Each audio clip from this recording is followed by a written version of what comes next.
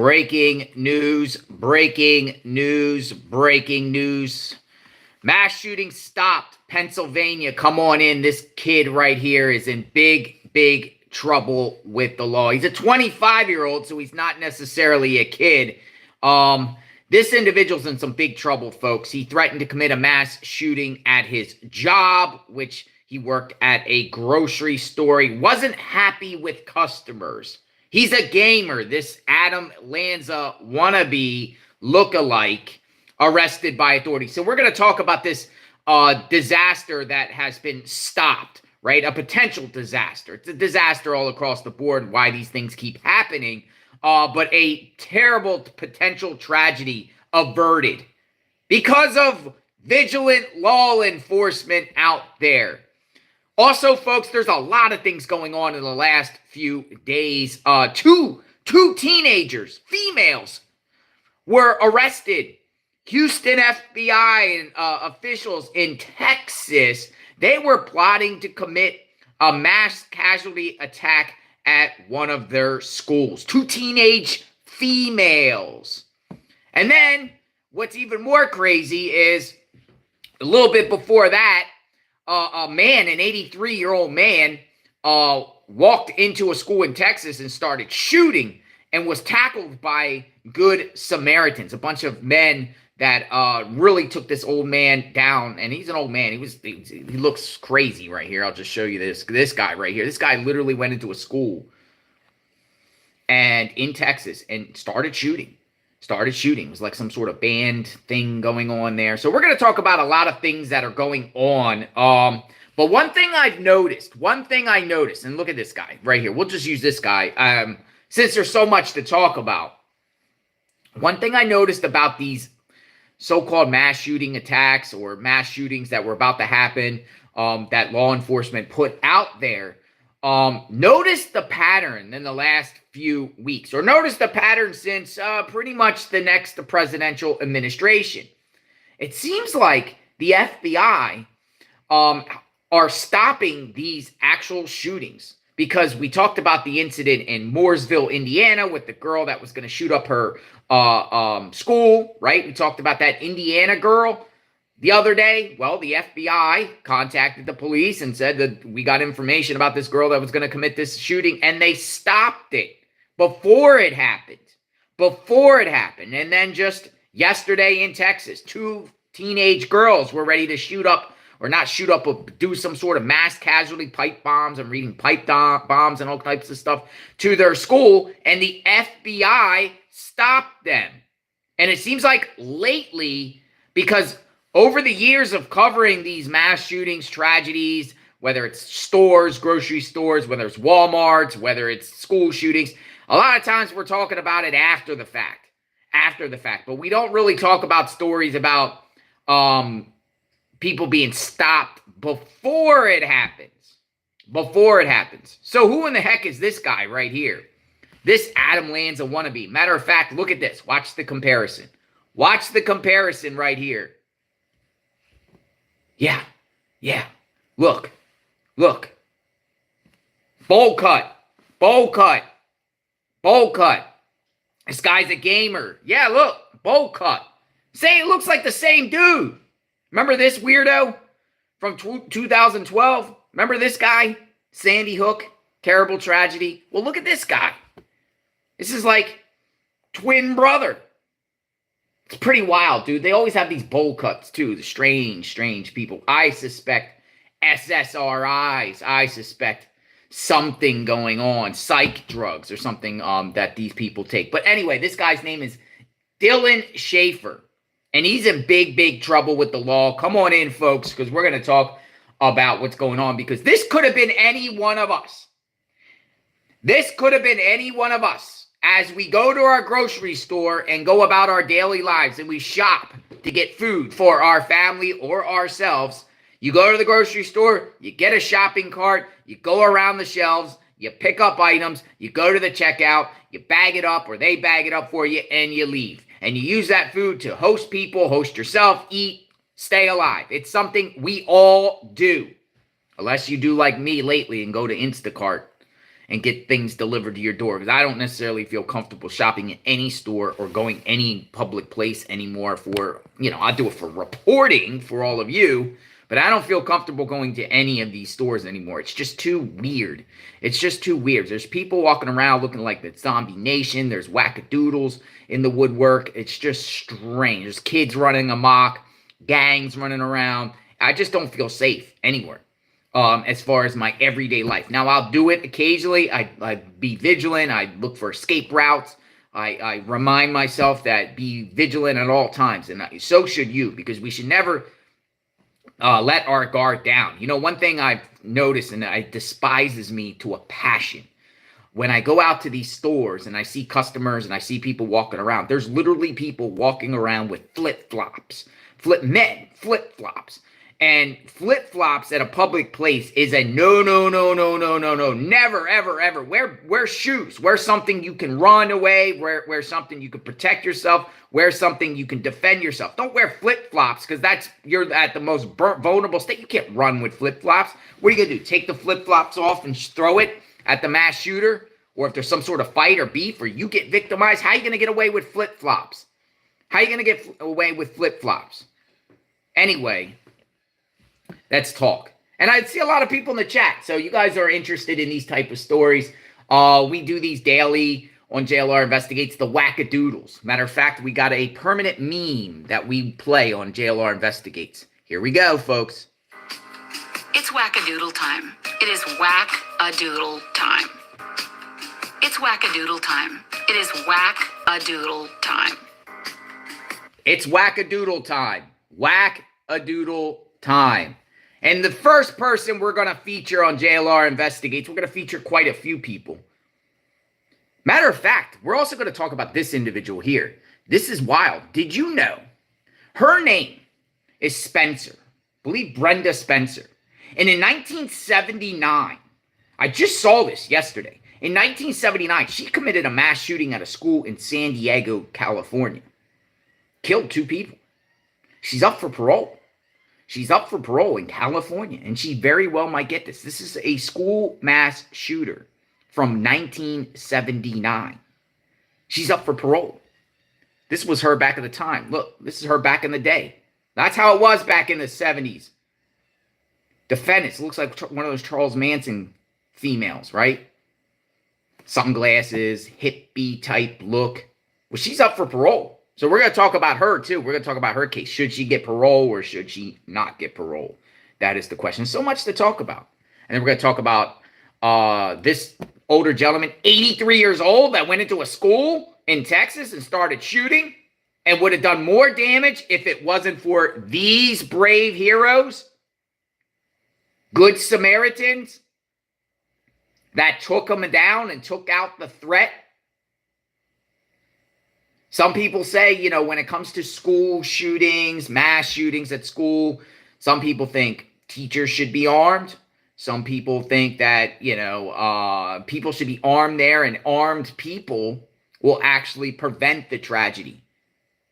Remember, we actually covered a church shooting in Texas?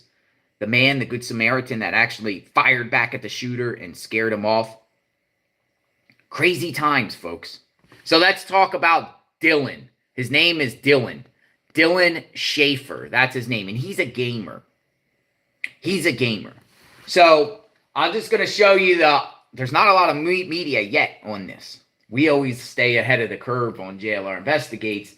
We usually get this out quicker than everybody, really.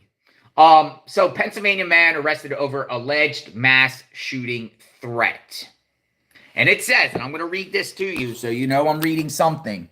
It says, Pennsylvania man arrested over alleged mass shooting threat. And here he is.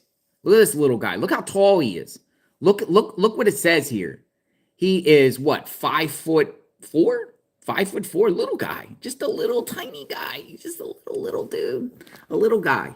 And that just shows to prove again, like I said, never underestimate anyone. Never underestimate anyone. Size, age, race, religion, creed. Never underestimate anyone, because anyone has the potential to do anything. This is just a little guy. He's a little tiny guy. Not trying to say anyone that's a man that's 5'4" is small, but you know, a man that is 5'4" is small. It's a pretty small guy. Pretty small guy. So what in the world is going on here? What in the world did this small guy do? Pennsylvania man has been charged after he allegedly said he wanted to commit a mass shooting at a grocery store called Market Basket in Cambria County while speaking in an Xbox chat. So he's one of those guys. Gamers. Yeah, I see it. I see a lost soul in this one. I really had to do like a deep dive into his eyes and look at this guy. And you can tell there's something that's not registering right there. Look at that. Look at that. There is lost. There's someone that's probably soulless. Now, can he be redeemed? I think people could be redeemed. I really do. I am a proponent. If he would have committed the mass shooting himself, no, he would never get out of prison ever again. Well, yeah, he has a chance to redeem himself since it stopped. You know, he could come to his senses, get some, you know, extensive therapy, maybe get off the SSRIs, maybe surround himself with loving people, therapeutic, get an animal, a cat, go to church, obey the laws, live a responsible life. Yeah, I think he could redeem himself. He was working. He worked at the grocery store. Dylan Shaffer of Salix, Salix. That's a community, Salix. Never heard of it. Had to look it up on the map. Has been charged after an online friend from Minnesota reached out to police about a mass shooting threat that he allegedly made. So he was gaming, Xbox gaming with a Minnesota guy. Lately, a lot of these people that these people are interacting with are the ones that are tipping off, which is pretty good too.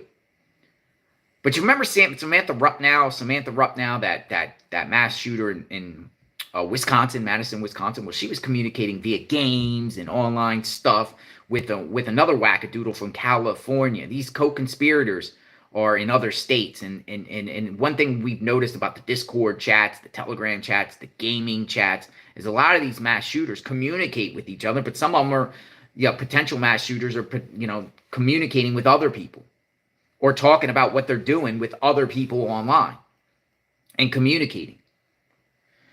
The Minnesota man contacted the Adams Township Police Department on February 18th, 2 days ago, to report that the threat he claims Shaffer made on a gaming platform. Officers said officers went to Shaffer's address and spoke to him about the alleged incident. He denied making any threats and said he did not have a firearm. However, he should be charged with lying to police. Officers were given an audio clip from the Minnesota man that was recorded on the Xbox chat room. Got caught. He got caught. He's denied. He should be charged with making false reports or lying to police officers. Did you make a threat to the grocery store? No, sir, I didn't. We got you on audio. Caught. Unless he's going to say that it was doctored, all the authenticity, we're challenging it. It's not me, it's not my voice. I'm framed, I'm being framed. I don't know. According to the affidavit, the audio Shaffer can be heard saying that he's mad. Now this is why it applies to all of you. This is why this applies to all of you. On the audio, he's heard saying that he's mad at customers who come to the grocery store where he works. The online friend could be heard asking, why would you bring a gun to your grocery store and shoot people when they did nothing wrong? Like, why would you do that? Why would you bring a gun? You're an employee at a grocery store, Market Basket, and who's Market Basket me for even hiring this guy? Why would you bring a gun? Why would you bring a gun to your store to shoot innocent people, innocent customers? They didn't do nothing wrong. What customer did anything wrong to this guy? No. Shaffer goes on to allegedly say that they are always doing something wrong and he wanted to hurt people. That's what he told me. He said, oh, customers are always doing something wrong and he wanted to hurt people. What, is he mad that the older lady asked for an extra bag? Is he mad that a customer, when he's checking them out, is bringing coupons and he has to count all the coupons? Is he mad when he's getting change or when people are paying for the groceries, they pay in change instead of dollars and he has to count it all? Is he mad because his job hires him to go out and take the cart out of the after our customers buying things and roll the cart out and escort the cart out to the car and load the groceries inside people's vehicles? What, I mean, I don't know. Is he mad because he has to stock up items because he's a stock boy and he has to stock up the stuff on the shelves, and he's mad that people move it all around? I don't know. Is he mad that people spill things and he's the one that gets called to aisle 6 to make clean the spill? Why would he be mad at customers? Yes, bring back insane asylums. Yeah, that's one of the problems too. Bring back the insane asylums. So he just said he wanted to hurt people. Police asked Shaffer again if he made any threats or wanted to harm anyone, and he again denied it. So he's denying. No, I didn't do it. I didn't do it. Which police noted as contradictive to what they heard on the audio. So that he's saying one thing, audio saying the other. You're caught, dude. Just own up to it. You're caught. You're caught. What he should have done is not spoke to police at all. But I'm not telling people don't speak to police. I'm just saying in your know your rights perspective, when law enforcement comes to you to ask you about a crime, you should invoke your right to remain silent. Let a lawyer handle it. But he spoke and he lied. But it's good that they came to him. I wish he would speak anyway. For this guy, I would wish he would speak. Yes, speak. Police also noted that Shaffer then said he wanted to shoot fruit and was going to use the gun that he was going to get from a relative. So he wanted to shoot some fruit. He wanted to shoot fruit. He wanted to shoot fruit. Apples, oranges, plums, lemons, watermelons. What kind of fruit? Protect the fruit. Yes, protect the eggs. Thank God he said he didn't want to shoot eggs. My goodness, have you seen the egg prices? Have you seen? We can't have a mass shooter shooting up eggs. Imagine if we, listen, I'm not trying to be sarcastic here, but imagine if we get a mass shooting. Some man walked into a chicken farm and started shooting up all the chickens. Dude, that affects all of us. We already pay $9 for a dozen of eggs, sometimes higher. I've been seeing people actually post pictures in stores. Some stores are charging $10 for eggs. I remember like years ago, just a few years back, eggs were like $2.50 for a dozen eggs. We're 4 times amount for eggs. So he wanted to shoot fruit. Officers then contacted Richland Township Police Department due to the threat, as they are the department in charge of the area where the store is located. The grocery store was closed for the day due to the alleged threats Shaffer made. Do you think he got fired? You think he's still working there at the Market Basket? Do you think he's still working at the job? Do you think he still has a job? I don't think so. I don't think so. You're fired, Shaffer. Get out. Give me your apron. Get out of here. They should, for what he did, they shouldn't even give him, when you get fired, they always say, oh, we'll give you your paycheck or whatever. The store shouldn't even give him his last paycheck. That should go for damages for him doing his ridiculous, embarrassing the store and making the store shut down for a day. They shouldn't give him his last paycheck. You're probably going to have to use it anyway for commissary money while he sits in the Cambria County prison. That's where he's at right now. He sits in the Cambria County prison. Denied bail. Denied bail due to the danger to society. This is what the judge said. Danger to society is too great if defendant were to be released. Kudos to the judge. You don't want to play with those Commonwealth judges in Pennsylvania. Unless you're in Philadelphia, of course. In Pittsburgh, Allegheny County. If you are a citizen of Pennsylvania and you live outside of Philadelphia and outside of Pittsburgh, you don't want to commit crimes like this. They will hammer you. They'll make an example of you. The Commonwealth, those counties, those townships all across Pennsylvania, and they're one of the few states that have the township concept. Most places have, like a community, or they'll have a county sheriff. Well, it goes even deeper in Pennsylvania. It goes into townships. Within the county, there's townships. And within the townships, a lot of the townships have their own police department. So it's tight-knit. These are tight-knit communities. You don't want to play with the Commonwealth. You can't beat the Commonwealth at trial anyway. unless you're in Philadelphia and unless you're in Pittsburgh. But if you're outside the suburbs or you're in rural Pennsylvania, like the mountains where this joker's from, this guy lives in the middle of nowhere. He lived 8 miles from, I mapped out his house. He lived 8 miles from his house and his grocery store. He could have done a terrible, terrible thing. This would have devastated the community. Literally, if he would have went in there and actually just committed a mass shooting at a grocery store in a rural community, it would have rocked the community, because I don't think that community gets crime very often. He's facing charges of terrorist threats to cause serious public inconvenience, and criminal use of a communication facility, which means the Xbox. His Xbox is evidence against him because he was making threats, which was recorded, and thank God for the Minnesota person that recorded him. So that's good. That's good. Oh, by the way, I want to share another story too while it's in my mind. There was an 11-year-old in Pinellas County, Florida yesterday. They got arrested for threatening to commit a mass shooting at their school. An 11-year-old. This is how crazy it is. It's not getting much media attention, but there was a press release by the, I think it's a Pinellas Park or Pinellas County Sheriff's Office. I believe it was in Pinellas Park. Crazy, man. These crazy wackadoodle nut jobs out there. Crazy. Here, we'll hold this up. We'll change it up a minute. Mass shooter stopped. Look at this guy. Look at this Adam Lanza wannabe. A preliminary hearing is set for February 27th. February 27th, he goes to court. If you're in the area, Cambria County area, go there with your notepad, go into the court hearing and see what's up.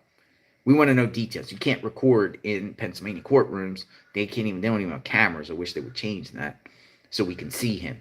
So we can see the Lanza guy. But I do want to share something with you because there is a media clip on this guy. But again, come on in, folks. It's wackadoodle time. It is whack-a-doodle time. It's wackadoodle time. It is whack-a-doodle time. I don't know if I'm getting real cheesy by playing that over and over, but you got the point. We're going to talk about these wackadoodles out there because there's a lot of crazies out in the woodwork. Cambria County man is behind bars after he allegedly threatened a shooting at a local grocery store he works at. Police say 25-year-old Dylan Shaffer of Salix was arrested today after he threatened a mass shooting at Market Basket. He allegedly made the threat while he was playing online video games, saying he was sick of people. Police say they were contacted about the threats after a fellow gamer who lives in Minnesota became concerned about the statements, which were allegedly made Tuesday night. Police say the threat caused the Richland Township store to temporarily close earlier today. They say Shaffer denied the allegations, but his threats were recorded in the online Xbox chat room. Shaffer is charged with multiple offenses, including felonies for terroristic threats and criminal use of a communication facility. He's being housed in the Cambria County prison with his bail denied. Have fun in prison, Mr.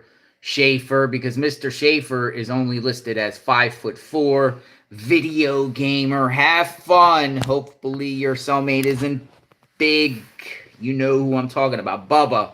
Big Bubba. Have fun. Have fun when you go to state prison, Pennsylvania Department of Corrections, after you're convicted, because I don't think you're going to just get a slap on the wrist on this. Threatening to commit a mass shooting is a serious matter. They're not playing anymore. I believe that nowadays it's tough law and order, and I think it's only going to get tougher and tougher when it comes to sentencing for these criminals. He would actually, believe it or not, as we heard from the new Trump administration about actually him saying that he would actually make criminals, American criminals, do time in El Salvador. This is the type of person that would be a prime candidate solely on his charges. Threatening to commit a mass shooting is a national security threat. It's a national security risk. It goes beyond just a local charge. I mean, this is a big deal. So this would be a prime candidate for that. Speaking of El Salvador, I just want to while I got Brian Christopher Kohlberger, did you see the Banfield interview last night with Steve Gonzalez, one of the victims' families member, talking to Ashley Banfield? Well, Steve Gonzalez said that he is, he's working with legislatures to get that firing squad for Brian Kohlberger, but he also said at the end he could go to El Salvador for all I care, which means Steve Gonzalez says that he supports Brian Kohlberger being sent to El Salvador to do, because that's El Salvador is going to be the new world prison for American criminals, the most deadly and the most violent of violence, going to El Salvador. So Steve Gonzalez said that last night on national TV. So Kohlberger would definitely, if he gets convicted, and I'm going to say he will get convicted, but we'll just do for presumption of innocent purposes. If he gets convicted, he's facing the firing squad, which will be the primary method of execution in the state of Idaho, and he could go to El Salvador, just like this guy could do it. So I just want to show you more so we can keep up to date. We spoke a lot about this. We're going to move on to the girls. The girls next, the 2 girls that got arrested in Houston. If you see something, say something, for threatening a mass casualty event at their school. But just to show you how crazy it is, this guy here, this is the area in Pennsylvania we're dealing with where this guy lived. He lived here in this area, South Fork, Pennsylvania, and this is the Market Basket. So he lived about 9 miles from where he worked. So people can just see. We'll go expand out. We'll expand out. Look at this. Here we go. This is the area. This is the area. So for all the people that watch JLR Investigates from around the world and across the United States, we welcome you. We like to show you in a map perspective of where these incidents happened. And this it is. Basically coal mining, fracking area just east of Pittsburgh, Market Basket, Johnstown area. We peace to the Johnstown flood victims out there from that terrible flooding decade ago or a century ago. Here we go, Market Basket. So this is what we're talking about here. So that's what we have here as far as, how far it is. So he lives at his house, travels to his job, probably has one of these, I don't know what type of car he drives. I'm assuming he drives something. He looks like he would be driving like a little Hyundai or something right there. What type of car do you think this guy would be driving in? They never shared what he drove. Well, maybe they did, because I have the arrest warrant here. Let me see. Let me get the arrest stuff up here. So he's charged here. Whoa, this is the wrong one. Oh, this is Mangione's. I don't know why they put Mangione's on here. Mangione. Oh, I pulled up the wrong one. But yeah, he's charged with a bunch of charges, felonies. He could get probably a 2 to 4 year piece. That's what I'm figuring. No jokes aside, I think the ultimate punishment with this guy, I do think that he's on his way to Pennsylvania State Prison. I don't think this will just require a county sentence here. I think it will be beyond that. Now, who is this guy? I found his Facebook page. Oh, I found his car too. Oh, this is his car. I was pretty close when I said he drove a Hyundai. Pretty close. I found his car because it's on his Facebook page. Oh, imagine that. Here he is. Dylan Shaffer, come on down. You're the next contestant on JLR Investigates. There you are, Dylan. We got you, buddy. And here's your car. Look, it has to be his car. It's on his Facebook profile. It's a little, what is that, a Ford Escape? What is that? A Ford Rogue? What is that? He got a little hatchback. He got a little a Ford Fiesta. Yes, so that's what he's driving. That's what he's pimping. That's what he's pushing. This guy's driving this. So, he very well could have drove to his job with an arsenal of weapons and did what he did. Kudos to law enforcement for stopping this creep and getting this creep off the streets. Now, he sits in the Cambria County Jail, so he's not, matter of fact, let me just say to him, hello, you're going to prison. Hello.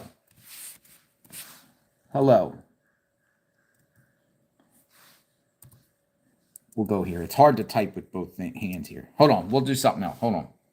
I'm going to type out a message to him. I'm going to leave a comment on his page. Hello. Why did you do it? You are going to prison. Was it worth it? Question mark. Here we go. I'm just putting this on his Facebook profile. All right, I commented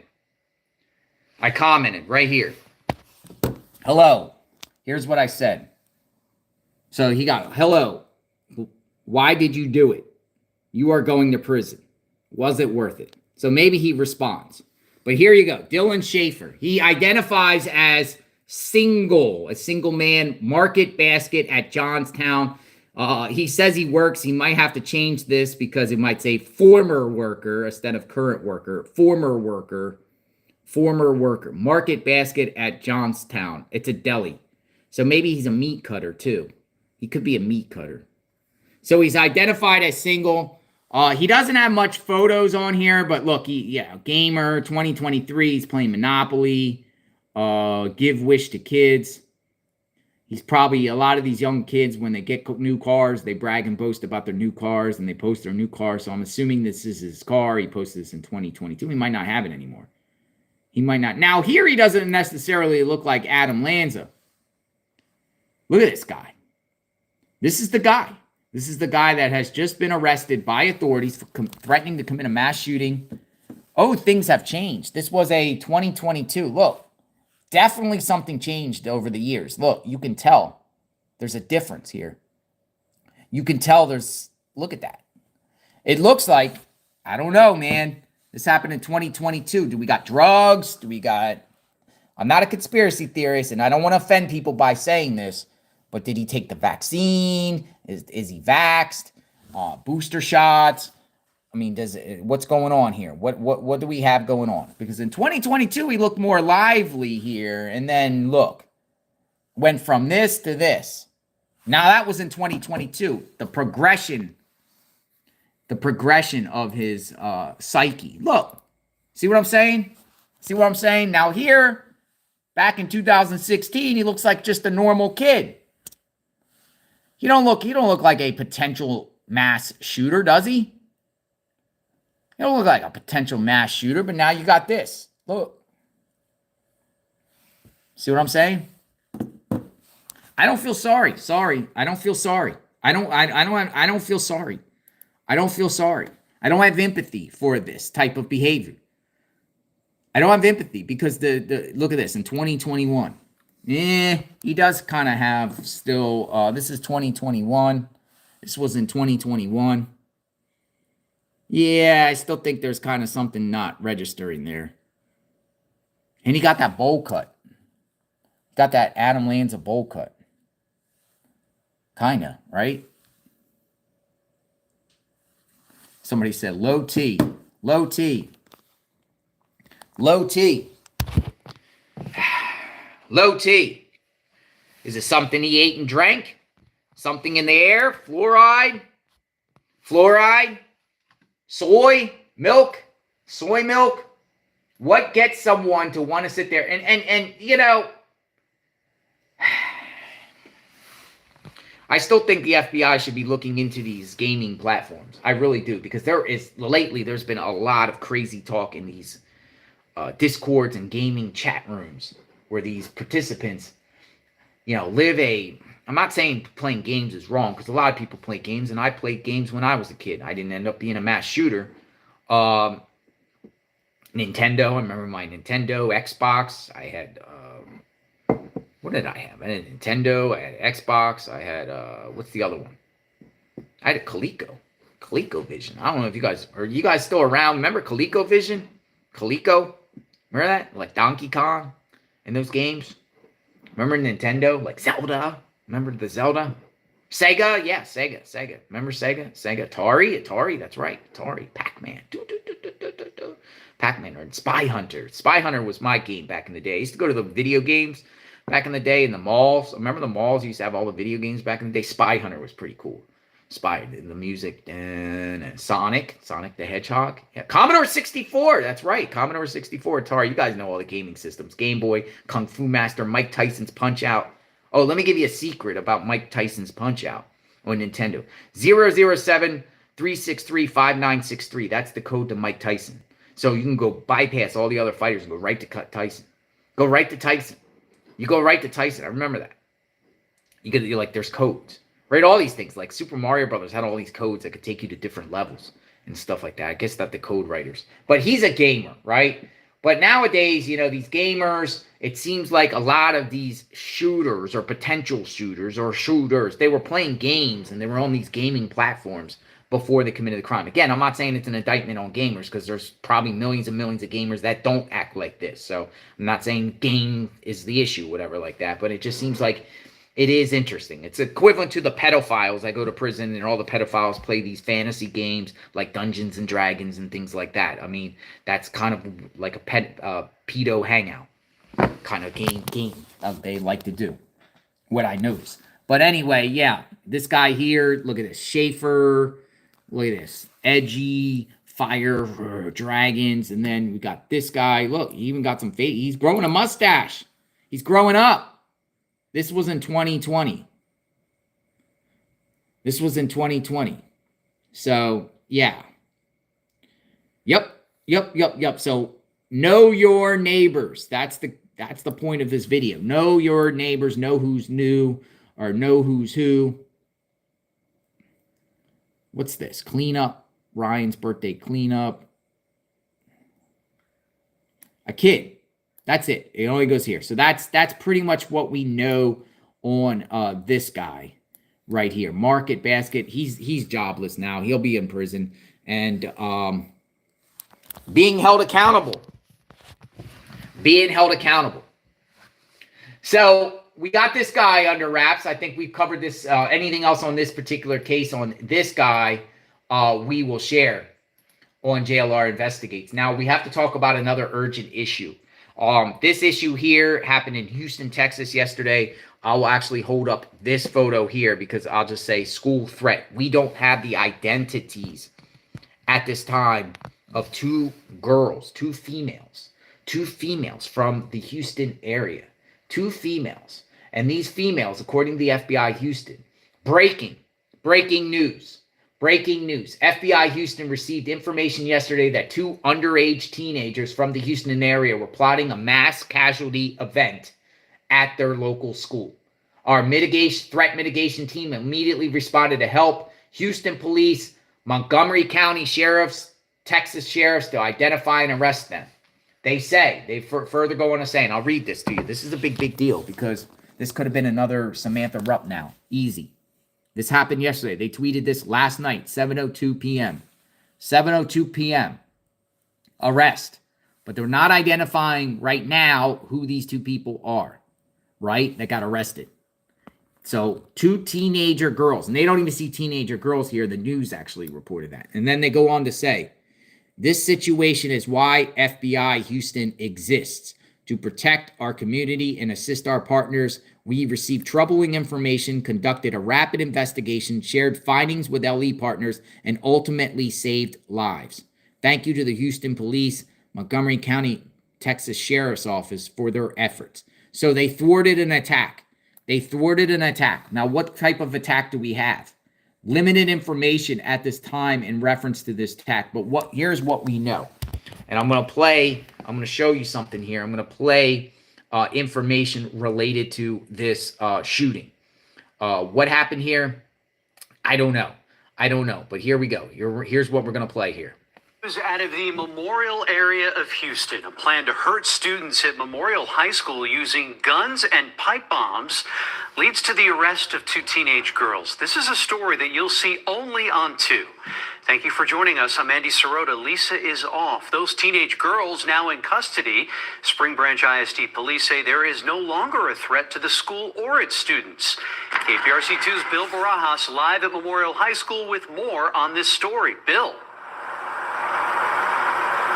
Yeah, this was a joint investigation involving the FBI, the Montgomery County Sheriff's Office, and the Spring Branch ISD Police Department. I'm told the idea was to place pipe bombs throughout Memorial High School and use guns to shoot at students. The plan in its early stages, but multiple law enforcement agencies told me that the threat was credible enough that they acted quickly. Within 30 minutes of becoming aware of this plan, they arrested a 15 and 16-year-old teenager girl. Now, Spring Branch ISD Police Chief Chief Larry Bainbridge says they become aware of the threat yesterday thanks to a source. Bainbridge says they arrested a 16-year-old girl. She has since been charged with third-degree felony terroristic threat charges. We're told that student was a 10th grader assigned to Memorial High School, but was attending a separate school in the district that is designed to help students that fall behind. The 15-year-old student that was arrested is in custody with the Montgomery County Sheriff's Office. We are awaiting more details on her, but have not been told that she has been charged yet, and she was not a Spring Branch ISD student. We have also reached out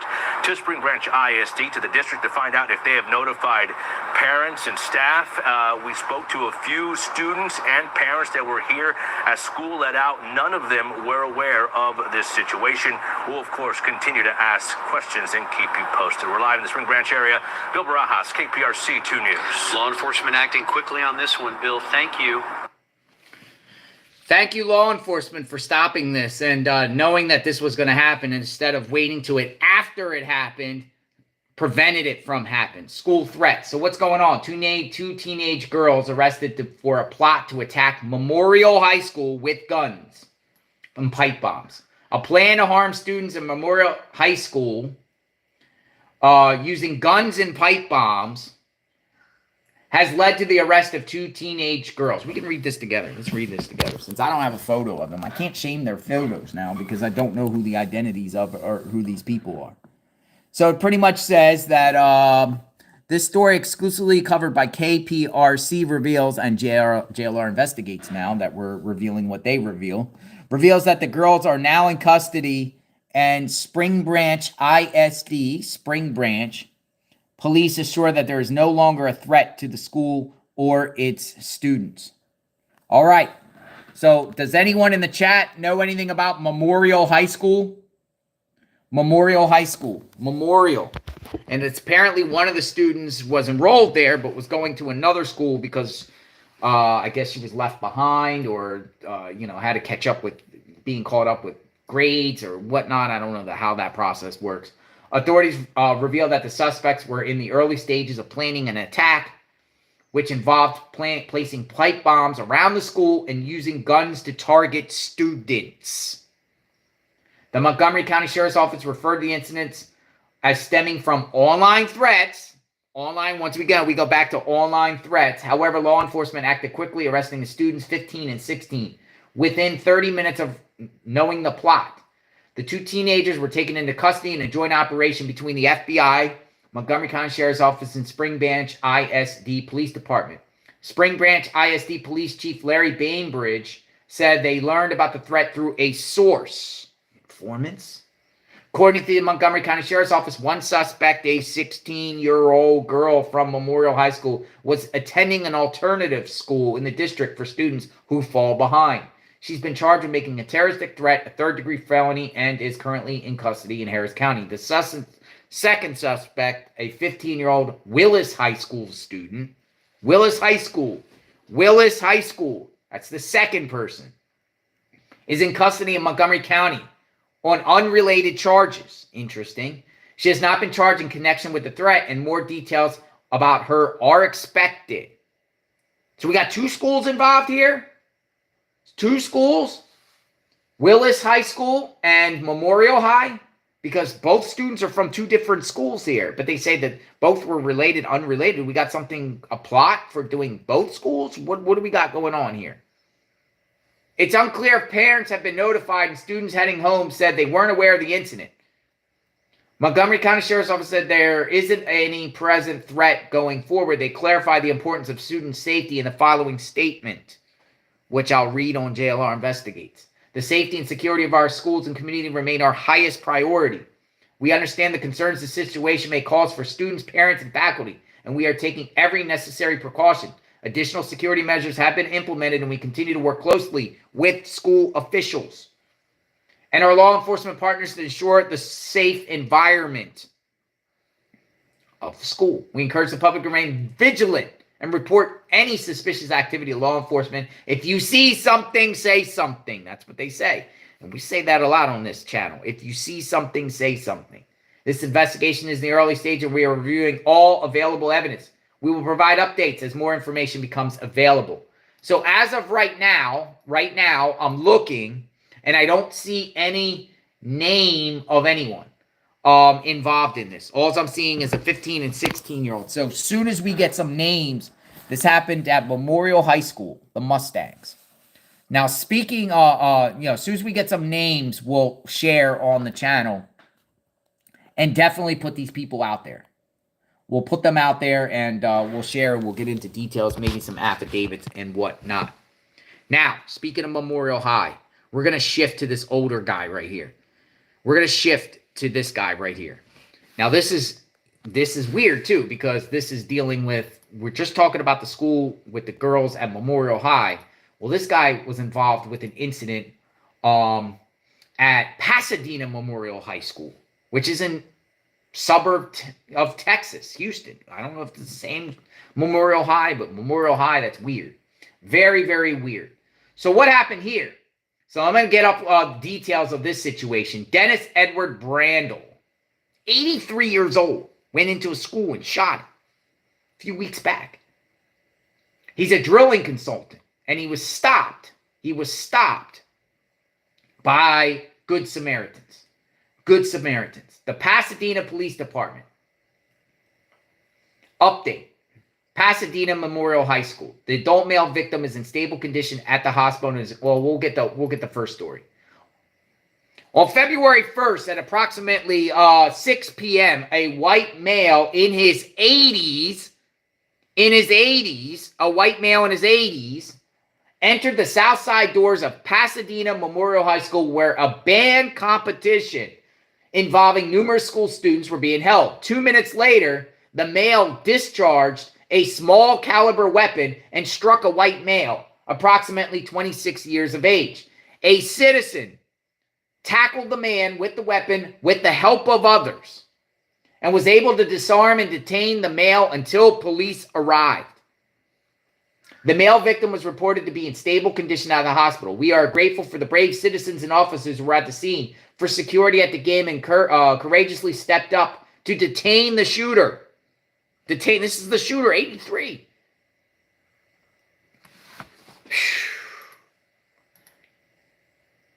The suspect has been identified as Dennis Erwin Brandl, Brandl Jr., born in 1941. A 1941 born mass shooter, potential mass shooter. He shot, he went to a school shooter. We'll call him a school shooter. Mass shooters, when it comes to mass shooting, there's a lot of debate of what qualifies for a mass shooting. I think the official, it has to be like 4 deaths or more, but then I'm also hearing it just has to be 4 people that were shot or just numerous people shot. A lot of debate about what is categorized as a mass shooter. So we'll just call him a school shooter. Here's what's crazy about this guy. He told police he was being chased by someone and feared he and his wife were going to be killed. The suspect left his residence in Spring and ended up in Pasadena when the suspect stopped at the school, entered the building, and shot at a victim.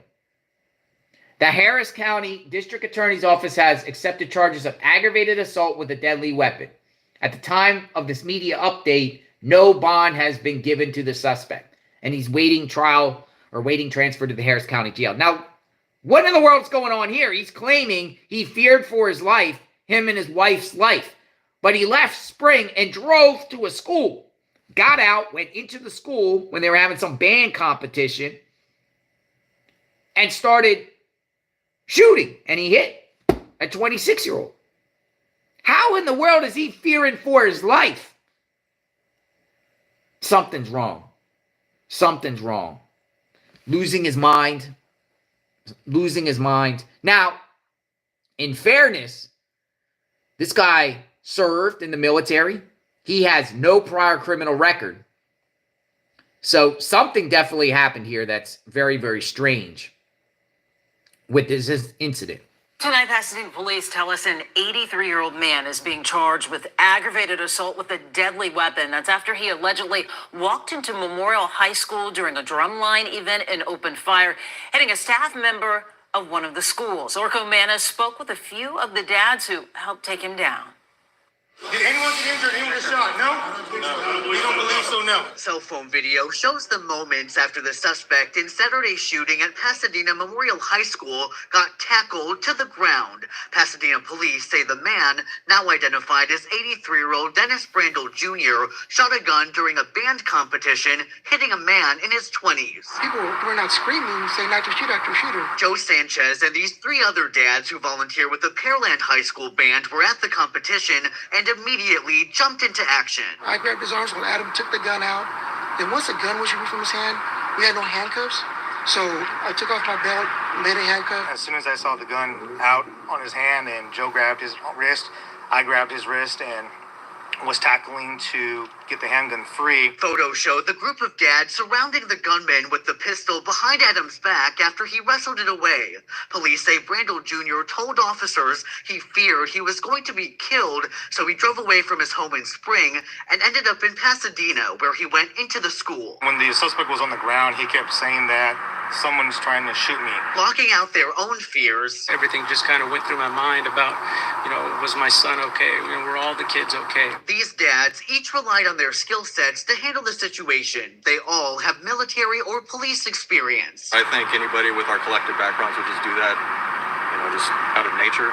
It's just kind of a secondhand trait that we have. It all happened in about a minute, an act of bravery no one will forget. It was not unexpected to see them jump in like that and just do what needs to be done, because that's what they do in this community. Our parents stepped in a moment of crisis and were heroes, selflessly acting to take the guy down, and none of our kids were hurt. Police say the man who was shot is expected to be okay. I think I was like 30 feet from the guy. Ashley Yen with Kempner High School's percussion group was also at the competition. She says after running for her life, she helped the man who got hit. I jumped down next to him and then someone said he was shot. So I started holding pressure where the t-shirt was, and I was holding his hand and I was talking to him, making sure he was okay. Witnesses say this could have been much worse if not for the heroic actions of a few dads. We kind of knew what we were doing and we did it. Orko Manna, KHOU 11 News.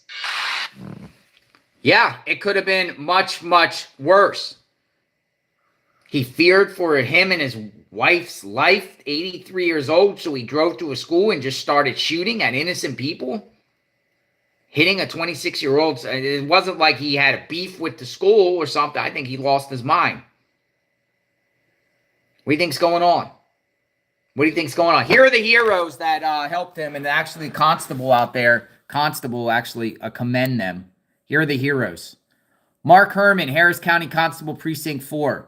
Thank you to the Pearland band dads. Band dads. They're band dads. The band dads. Pearland band dads use military and police background to take down Pasadena Memorial School gunmen who shot and injured a man. The four men, Abraham Trevino, Adam Curro, Ephraim Castillo, and Joe Sanchez, quickly jumped into action to subdue the suspect at a band competition. The suspect, Dennis Erwin Brandl, told officers that he was being chased by someone and feared he and his wife were going to be killed. What? I mean, come on, man. Hold on. Now, again, in fairness, guy's older. Whack-a-doodle time. It is whack-a-doodle time. It's whack-a-doodle time. It is whack-a-doodle time. It's whack-a-doodle time. I mean, do you have sympathy for somebody like this? Do you have sympathy? Well, guess what? Apparently the judge did, because the judge let him out. He got arrested. He got arraigned, and the judge let him out. Now, I understand because, he's a veteran, never had anything, and never been in trouble. I don't even think he got a speeding ticket. Been on this earth 83 years without a speeding ticket. That's pretty impressive. But just because you've never been in trouble before and then you suddenly do something crazy doesn't give you a free pass either. Right? Some people use the excuse, I've never been in trouble before. And a lot of times our society actually is very lenient towards people in a sense that do not, unless you do something really crazy. But this is crazy. There's kids in this school. Maybe he didn't take his meds. Maybe he took the wrong meds. Maybe he's sleep deprived. Dementia. What do we got? Something not going wrong with his brain. Alzheimer's. What do we got? What do we got? What do we got going on with this guy? Judge, let him out. Judge, let him out. Listen to this. This is like a 5-minute hearing, 4-minute hearing. Good morning to you, sir. Mr. Brandl, I've got a felony case pending against you, sir. It is an aggravated assault with a deadly weapon charge. You are reporting to one of our new district courts, the 496th District Court, as it is a felony offense. Your judge will be Judge Dan Simmons. Would you like Judge Simmons to assign you a court-appointed lawyer, sir? Yes. And are you a U.S. citizen, sir? Yes. Would you like Ms. Simmons to help you get your bond set today? Yes. Thank you, sir. Go ahead, Ms. Warrath. Your Honor, in this 1703 case, we filed a motion requesting a bond in the amount of $500,000 against a pretrial release. It's alleged in this case that the defendant entered a school, non-fatally shot a firearm at an individual visiting the school. Reports from several witnesses suggest the defendant appeared to be looking for additional targets to shoot, or he was forcefully restrained by civilian witnesses and an off-duty police officer. At the time of the incident, the school was populated by multiple individuals, including children. This defendant is alleged to have made statements to law enforcement that he was under attack and in fear for his life.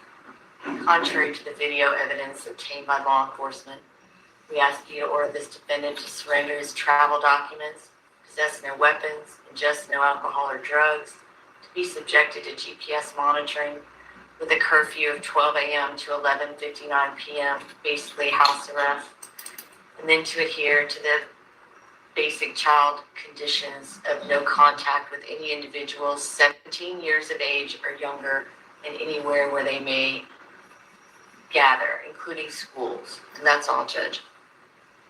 Thank you, Ms. Warrath. Go ahead, Ms. Simmons. What's this, the PDO, please? Your Honor, for Mr. Brandl, we are seeking a bond in the amount of $5,000. Notably, Mr. Brandl is 83 years old and he has absolutely no criminal history. He does have reliable transportation to and from court. We are seeking a 1622 assessment.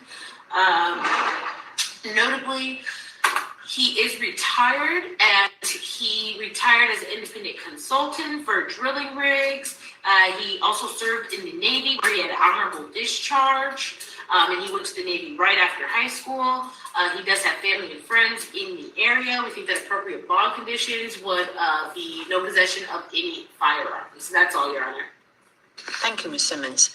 Mr. Brandl, first of all, thank you for your service in the United States Navy, sir. I want to tell you, sir, that this is an offense involving violence, and therefore, under Texas law, this court is prohibited from granting you a free bond. You will have the following conditions while on bond, sir. You are to show up to court on time, pick up no new cases, sir. I'm ordering you to stay at least 200 feet away from the Pasadena Memorial High School, which is located at 4410 Crenshaw Road in Pasadena. You are to have no contact, sir, with Mr. Dwight Benjamin, as well as any and all of Mr. Benjamin's family members or friends. I'm ordering you to have no drugs, no controlled substances, no firearms, no weapons of any kind, no ammunition. Do you understand these conditions, Mr. Brandl? Yes. Thank you, sir. The 1622 request by the PDO is granted. I will find Mr. Brandl indigent as well. The surety bond, Mr. Brandl, will be set at $80,000. Thank you, sir. You may exit the courtroom. $80,000 bond. Do you think that's too high? Too low? Do you think he should have gotten a bond? What do you think? Weigh in the pros and cons. If you were the judge and you heard the totality of the circumstances and you heard that this guy, this 83-year-old, just drove to a random school, walked into a school, and started shooting someone that served in the military, what would be the appropriate bond? His lawyers had the audacity to ask for a $5,000 bond. Come on, man. That's like really... Imagine if... And now he's indigent. And I know he might not even be able to post $80,000, but $80,000 at 10% is $8,000. I mean, do you have $8,000 available? A lot of people have $8,000 in a sock, or $8,000 in a bank account, or $8,000 under their bed, in the mattress, whatever. But imagine if he would have got $5,000 bond. That means that a school shooter would have got out and on the streets with a $500 bond at 10% of $5,000. So $80,000, 10%. I don't know. Maybe I don't know. Maybe they have to make. Oh, some places require you to pay the entire thing cash. I don't know. But they wanted $500,000. Defense wanted $5,000. Judge went way below the prosecutor's request and gave him $80,000. Also commended him for his military service. She actually said, "I want to thank you for serving in the Navy." But I don't know. I don't know if if this guy got light. I don't know if this guy's going to go do this again. I don't know if this guy's a danger to society, if he's just going into random places unprovoked. It's not like a situation where he got into an argument with somebody at the school. He literally drove to the school and just went in and just started shooting. Wackadoodles, folks. We continue to put the wackadoodles out there on JLR Investigate. So we will cover this case and see what happens with this, and see where this goes. Now, I want to switch to Brenda Spencer. I want to shift to this woman here. Now, remember we were covering Susan Smith, South Carolina, 1990s, early 1990s, killed her two children, got, at the time, because they didn't have life in without parole in South Carolina, therefore she was eligible for parole after extended period of time, 30 years, and we listened to her parole hearing. Well, we have an individual here. In 1979, she committed a mass shooting. Her name is Brenda Spencer. And in 1979, it was the county's first mass shooting in San Diego. Grover Cleveland Elementary School in 1979. She was 16 years old at the time. And she went in there. I'll give you details. On January 29th, 1979, just after 8:30 in the morning, Spencer steadied herself behind the .22 caliber semi-automatic rifle that her dad bought for her for Christmas. Oh, wow, Colt Gray. And Colin and Colt Gray. And took aim at the elementary school across the street from her San Carlos home. She opened fire. She fired 36 rounds, killing the school's principal, Burton Ragg, and the school custodian, Michael Suchar, and injuring 9 others, including 8 students and a police officer. Spencer fired at anything and everything that moved, preventing police from gaining access into the Spencer home. The SWAT standoff lasted more than 6 hours.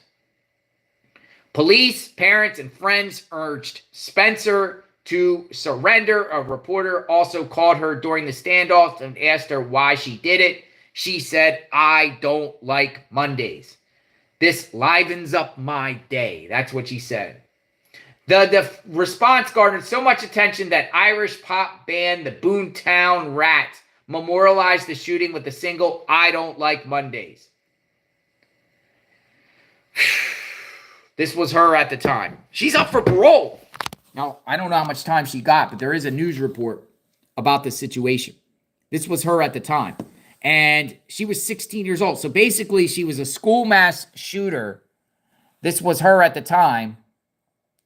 A school mass shooter, and she was across the street from where this school was. Well, guess what? There's a report out. And I want to share this report. She's up for parole. Should she get parole? That's the question. That's why I said Susan Smith. Everyone's like, no way Susan Smith should get parole. Now, should she get parole? Should she get parole? Let's listen.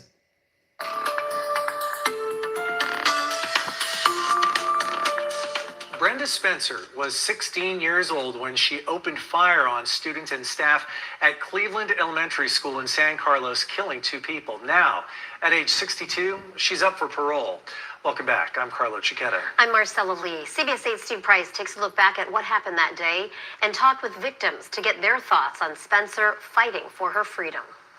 Cleveland Elementary is long gone, replaced now by new housing, but the pain surrounding a horrific event at the school remains. January 29th, 1979, Brenda Spencer fired 30 shots, killing 2 school employees, injuring 8 students and a police officer.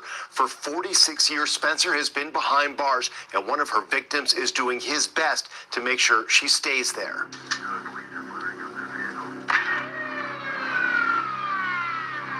It was just a regular day, kids playing, walking up to school.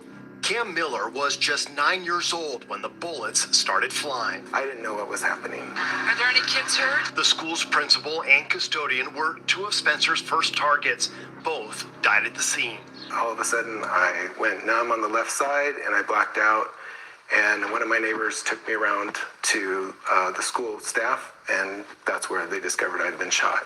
Cam says it happened so fast, he never even heard the gunshots. I was shot an inch away from my heart, and it went clear through my back, from the back to the front. Unfortunately, it missed all my organs and any internal parts. Spencer fired the shots from her front porch using the .22 caliber rifle she had just gotten as a Christmas present.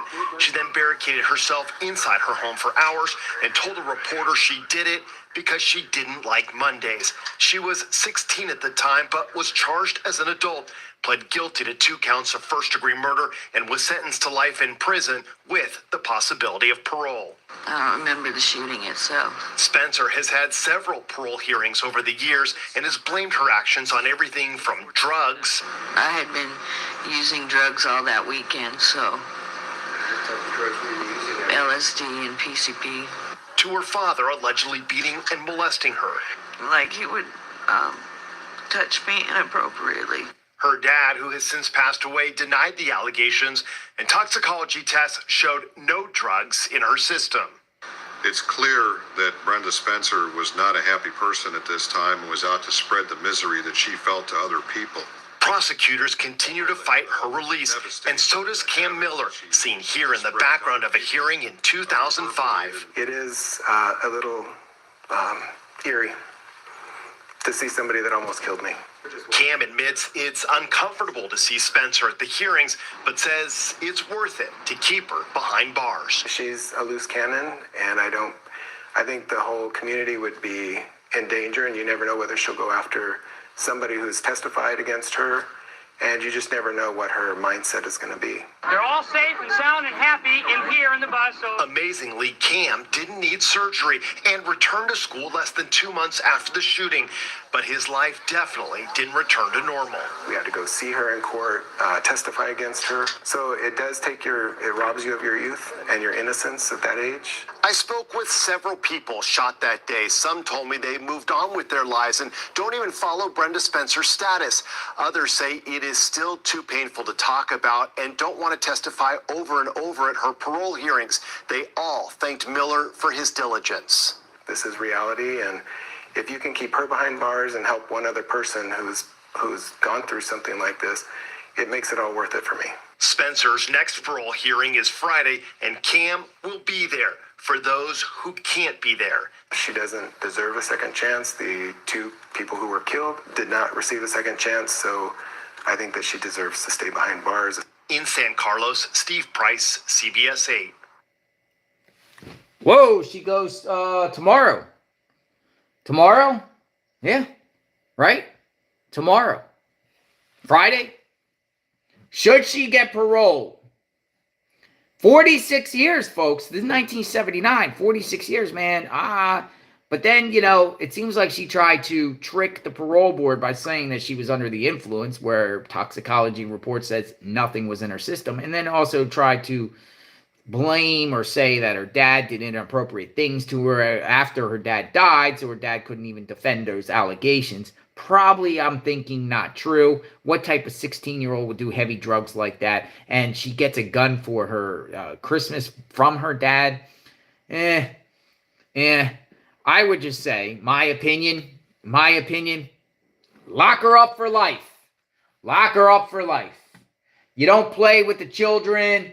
You kill 2 people. If she would have done this from 1995 and on, every single state, she would have most likely got a life without the possibility of parole. 2 people, mass shooting, Some states nowadays that do give teenagers that might do something harm to their baby one chance to maybe get out one day, a life with parole. But nowadays, if you commit any type of mass shooting or store shooting or shooting on a mass scale level, just targeting innocent people, you don't deserve to get out. You don't deserve to get out. So she can sob. It will be interesting. As a matter of fact, I might try to listen to her parole hearing tomorrow. Luigi Mangione has a court hearing tomorrow that we'll be covering on JLR Investigates. She apparently will be in court. Will it be live? Will it be televised? I don't know. She was the first major elementary school shooter in America. That's what they said. She was the first. She was the first. She's also a statistical rarity. Less than 5% of women are responsible for mass shootings. Less than 5%. Predominantly male. It's predominantly male industry when it comes to mass shootings. 5%. That's like 5 out of 100 end up being a female. But lately, what the heck is going on lately with all these potential school shooters? Mooresville, Indiana, with Trinity Shockley. Samantha Rupp now in Madison, Wisconsin. Audrey Hale, Tennessee. School shooters, females. Lately, there's been a bunch. Plus the ones that we just covered at the beginning of this. The 2 Texas girls, 15 and 16, females. Now, also, in fairness, too, a lot of people are like, well, let's see if, the 2 girls in Texas that just did this crime in Texas, are they trans? Are they trans? They identify. Because nowadays, when it says male or female, we don't know who's who anymore. Because different people identify as different ways nowadays. But it's crazy. It's crazy. So there's a few more things I want to talk about just to keep you aware that in the course of what we discussed, which was 3 big cases that I shared, 4. I shared 4. There has been other things happening around the country. I'll go to Seminole Middle School in Pinellas County.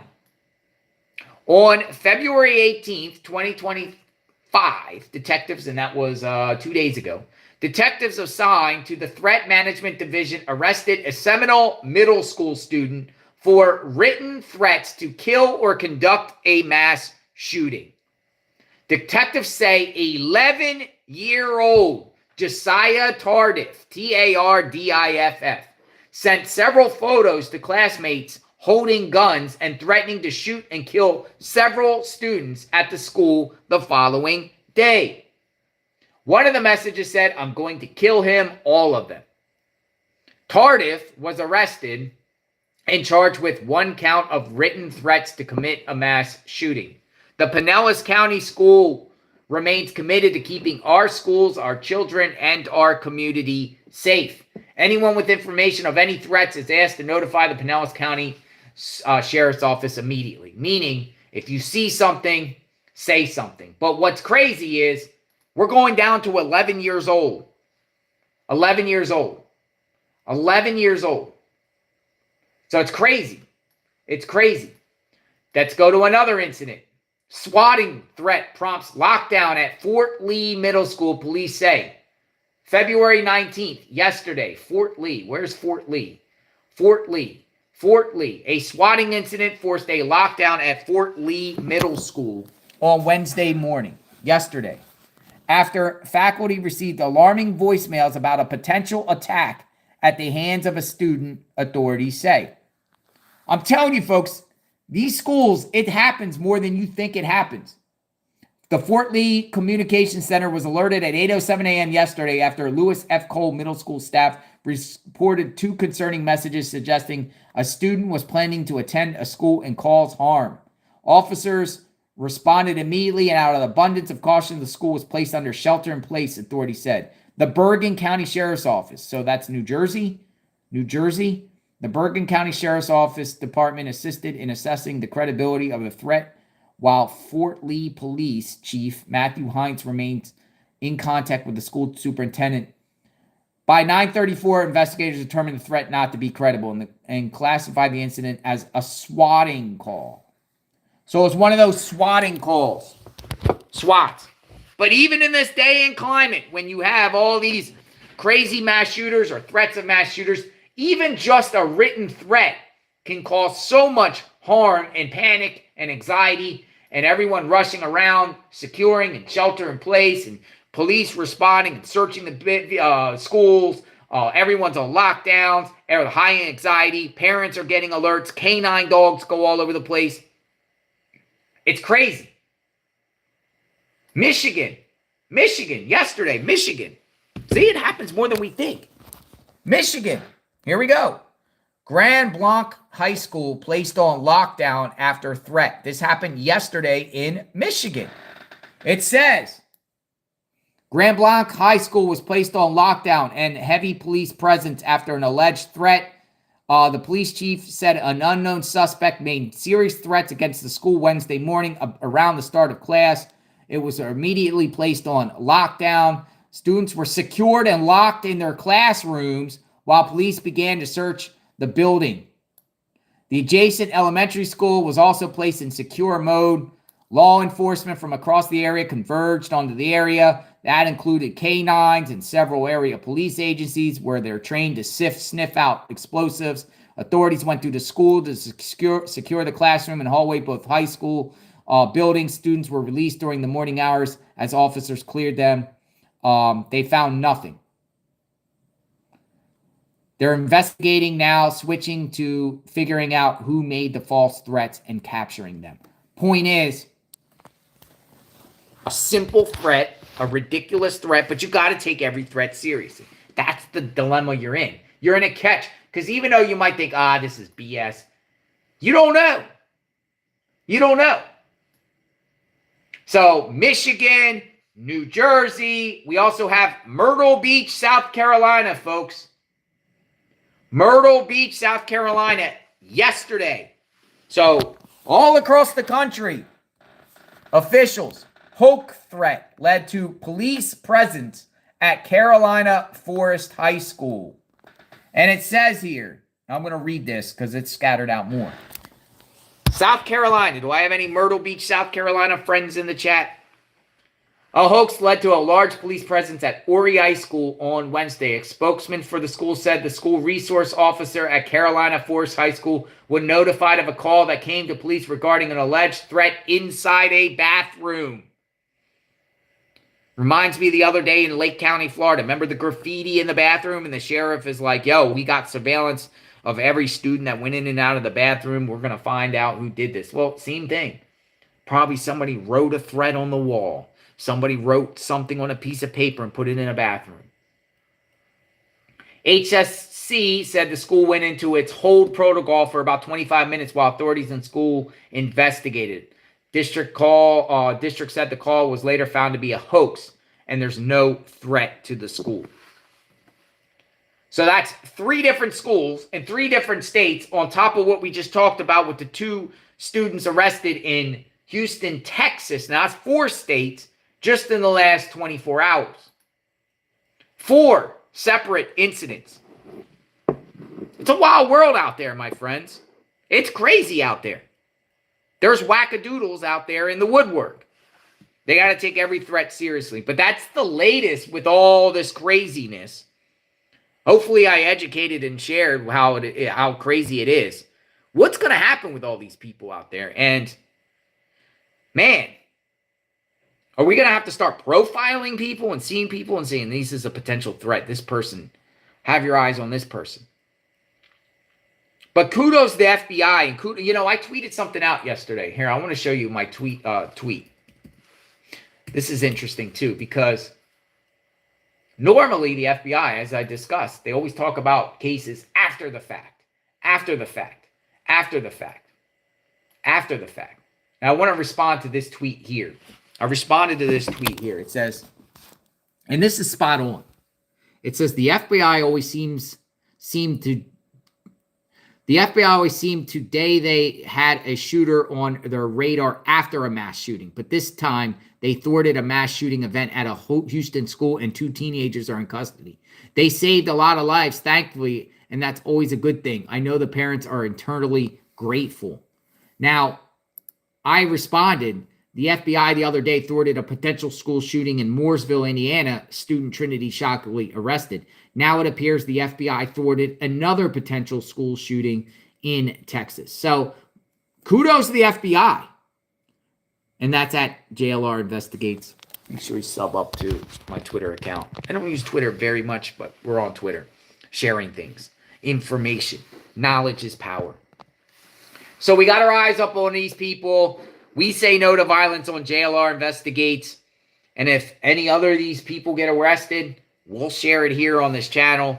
Again, I don't have no children, so, maybe my opinion doesn't matter. But if I had children, I would not send them to public schools. Nope. Not in this era. Not in this area until things get cleaned up. Until we figure out what in the world is going on out there. What in the world is going on out there in our schools? Are our schools really safe, or are all these blown out of proportion? Do you talk to your students, or do you talk to your children? If you have children out there, do you ask your children, do they really feel safe? Have a conversation. Have a conversation with your children. When they come home from school, really sit down with them. Get them something cool to eat, pizza, whatever they like, and sit down at the table and talk to them and say, what's really going on? And because it just seems like these threats and these shootings just happen all over the place. And, thank God we really haven't had one, serious one for a while. I mean, they were going out of control, and it's weird. It's hit or miss. But it seems like there's been a lot of people arrested lately that had the potential to do it, which is just as scary because, if it wasn't for a vigilant person or someone that came forward with the courage to report them, these things would happen. Just in Tennessee the other day, parents turned in their own children for doing a parent turned in their own child for potentially doing a mass shooting at a school in Tennessee, Eastern Tennessee. So brave parents, brave people. But man, I don't know. In the meantime, I'm not really a shopper. I don't go to the malls. We did the malls on Black Friday as news reports. I go to places for news reports to share what's going on, but I don't feel comfortable walking around these stores. I just don't. I'm sorry, I don't. Any little thing, or even walking in public with a bunch of cars, and if a car, like one of those things, something comes out of the exhaust of someone's car, and I get spooked. I think there's gunshots. I'm like, what in the world is going on? What in the world's going on? All right, folks, we cover true crime 24/7, 365. Good morning. I'll be back in a bit. We got some stuff we're going to talk about. Border-related topics and conversations, Social Security, whistleblowers. We're going to be talking about a lot of different things throughout the day, so stay tuned for that. And, of course, our eyes are always peeled on breaking news. Whatever's breaking out there, whether it's a shooting, a disaster, something, we'll live stream and we'll share what's going on. But so far, it seems like it's very peaceful today. Knock on wood. Let's have a peaceful day. I don't like reporting on these news. I think I have to, but I don't like to. So we're praying for peace. Say no to violence and stay safe out there, my friends. Have a beautiful day. Blessed day. 2/20/2025. Almost the month is over. Have a great month, and we'll talk soon. JLR Investigates. Reporting from the JLR Batcave. We cover true crime 24/7, 365. Have a good day, everyone, my friends. Peace out. Have a good day.